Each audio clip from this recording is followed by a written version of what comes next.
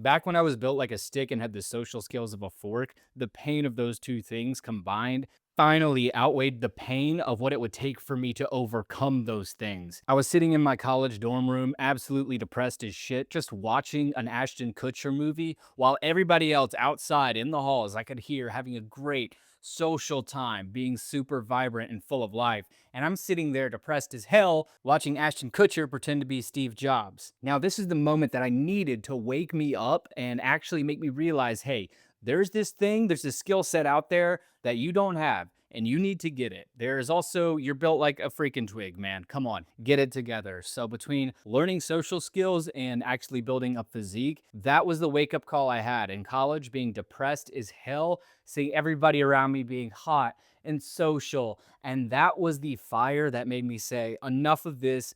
I'm tired of being absolutely depressed, absolutely anxious, and not knowing how to talk to people, and especially knowing how to talk to girls. So it was a long road to get here, and I did a lot of things and I made a lot of mistakes along the way. And I want y'all to learn from me. That's why I'm making these videos so that y'all don't have to go through the same pain that I went through while I was learning all of this stuff. My name's Charlie, aka Easy. I'm a free diving coach in Honduras. I help people go underwater on one breath for 2 minutes. It's a long mental game they have to go through. So that's what I help people with on a daily basis. Like, comment, subscribe, because we've got one video every single day that this channel exists. Boys, just check my history out. Let's go. And look, who knows more about transformation than Carl Jung himself? I've read a lot of Jung, studied a lot of his stuff, so I know he knows exactly what I'm talking about here. Let's cut right to the chase instead of dancing around this subject. If you want to change, it's going to be painful. The reason it's going to be painful is because you're going to have to learn to sit and listen to the parts of yourself that may be hurt, that you don't like, and that you've been suppressing. This doesn't look like going to the gym and fighting your demons out there. This looks like sitting in a room quietly, meditating, and seeing what comes up within you and actually conversing with the parts of yourself that have been hurt in the past. Carl Jung has a meditation technique called active imagination, which is essentially sitting there in total silence and allowing your subconscious to speak to you. You ask your subconscious to speak to you and reveal things about yourself that you've been suppressing. And by sitting there and observing, you can sit there and observe what is coming up, what is bubbling up in your subconscious after you ask it to. You can do a bunch of research on this to figure out how to do it. I did it for quite some time and I learned a lot about myself. Okay. It's a weird take. It's weird, but you should definitely check it out and try to learn about yourself that way. Now, you don't have to necessarily sit down every day and sink into this deep meditation, though that is definitely something you can do. But you can actually sit down, pen and paper, and ask yourself, what is something that I've been like repressing about myself? I'm built like a twig. I can't really talk to people. What am I supposed to do about this? I hate this part of myself. Well, you have to sit there and try to accept these parts of yourself. They are what they are. Your story is your story, and everything that's happened up to this point in your life right now has happened. And the quicker that you can accept that and lean into it and make that a part of your story, the sooner that you can get on with your transformation to becoming what you are to become. This is what Jung meant by alchemy. By changing our relationship with our past and our story, we are able to alchemize that. We're able to actually change the past and the story so that it becomes something completely different to how we've been relating to it. When something alchemizes, two things alchemize, say the past and the present, then the meaning of both of them changes. That's what alchemy is. The past actually changes for you. Your story actually changes from one of denial and that's not me and I actually hate that about myself to hell yeah, that's part of my story. This is how I'm going to move forward right now from this point. The relationship between past and present is forever altered that way.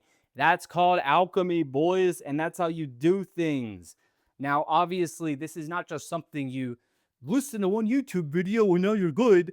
This is a lifelong process, which is good news, right? Because you don't have like an end goal in mind with all this. You don't have to be like, am I close? Am I going to do it now? Am I going to do it? No, it's like going to the gym. You just do this all the time throughout your whole life. And that's what you do. It keeps you healthy, it keeps you good. By auditing your story that you're telling yourself about your past regularly, all the time, and leading into it, learning to accept it, only then can you really move forward in a healthy, clear, spiritual way. And if you're not doing this, then there's that Carl Jung quote. It says, until you make the unconscious conscious, it will direct your life and you will call it fate.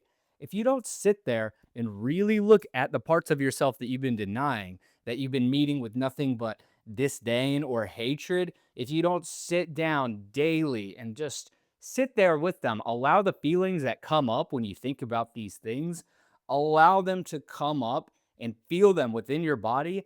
This allows you to digest all of this energy. You have to digest this energy and not deny it and try to get addicted to phones or screens and not allow that version of yourself to digest within your soul, man. We're getting into it with this one, boys. If you're just going to be addicted to a screen, not talking to anybody, not engaging with nature, not engaging with yourself, the actual things that make life, you're denying the ability of your psyche to actually unfold and manifest. You really need to sit there and allow the complete uniqueness of your story, of yourself, of this unique fingerprint of a person that you are. You got to sit there with it and look at it and allow it to come up and allow yourself to feel what really happens in this crazy little thing called life that we're going through. Because otherwise, you're just going to be cooked for the rest of your life. You're going to be confused. You're going to call it fate, as Carl Jung said. You're not going to really audit who you are, and you're not really going to be able to take control of your life until you're aware of these things. So you can do the active imagination technique that he had. You can read his books and his lectures. There's a lot of really good lecture series out there about Jung. You can do all of these things. You can journal. You can just sit down without any electronics near you. Just lay in bed, stare at the ceiling, and see what comes up. Because when's the last time you freaking did that? I do that every morning for like at least 30 minutes. I just sit there on the couch, get up extra early so I can sit there and observe my thoughts, see where they're going, see what emotions come up. This is literally spending time with yourself.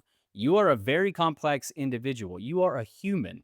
Your brain is like the most complicated thing that the known universe has shown us.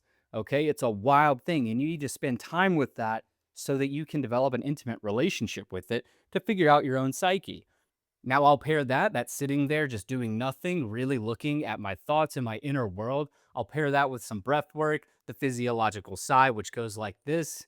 It's a two-part inhale through the nose and then a long exhale through the mouth, like so. And then a very long exhale. You just do that for like at least 10 seconds. And that's going to activate your parasympathetic nervous system. That's a big part of all this too. Activating your rest and digest nervous system instead of the part of you, your fight or flight nervous system that's always activated nowadays, where you never get a nice, calm chance to actually sit with yourself to observe who you really are. You have to be in a rest and digest calm place for all of this to take place. You can't have your phone out. You can't have a bunch of bells and whistles popping up around you. You should be in a clean, calm, clutter free place. And that will allow your actual self, whatever the hell is happening at the depths of your soul, as Jung would say, to come to the surface so that you can look at them and develop a relationship with them. And only then will the ego's grip on those things actually loosen so that you can let go of all of this negativity that you've associated with your story and with yourself. And then you can transform. Once that grip is loosened on your old self and it's no longer running the show, it becomes a part of the show. Then you can commingle with the two parts of yourself, who you've been and who you're becoming.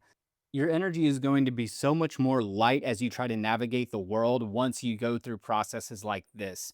You've probably made some progress. You haven't been absolutely just stunted in the world. You've probably done some stuff, but go through what I've been talking about here.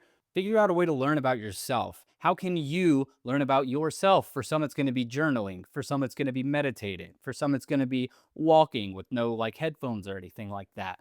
Whatever works for you, this is going to be a lifelong process, boys. So we should treat it like one.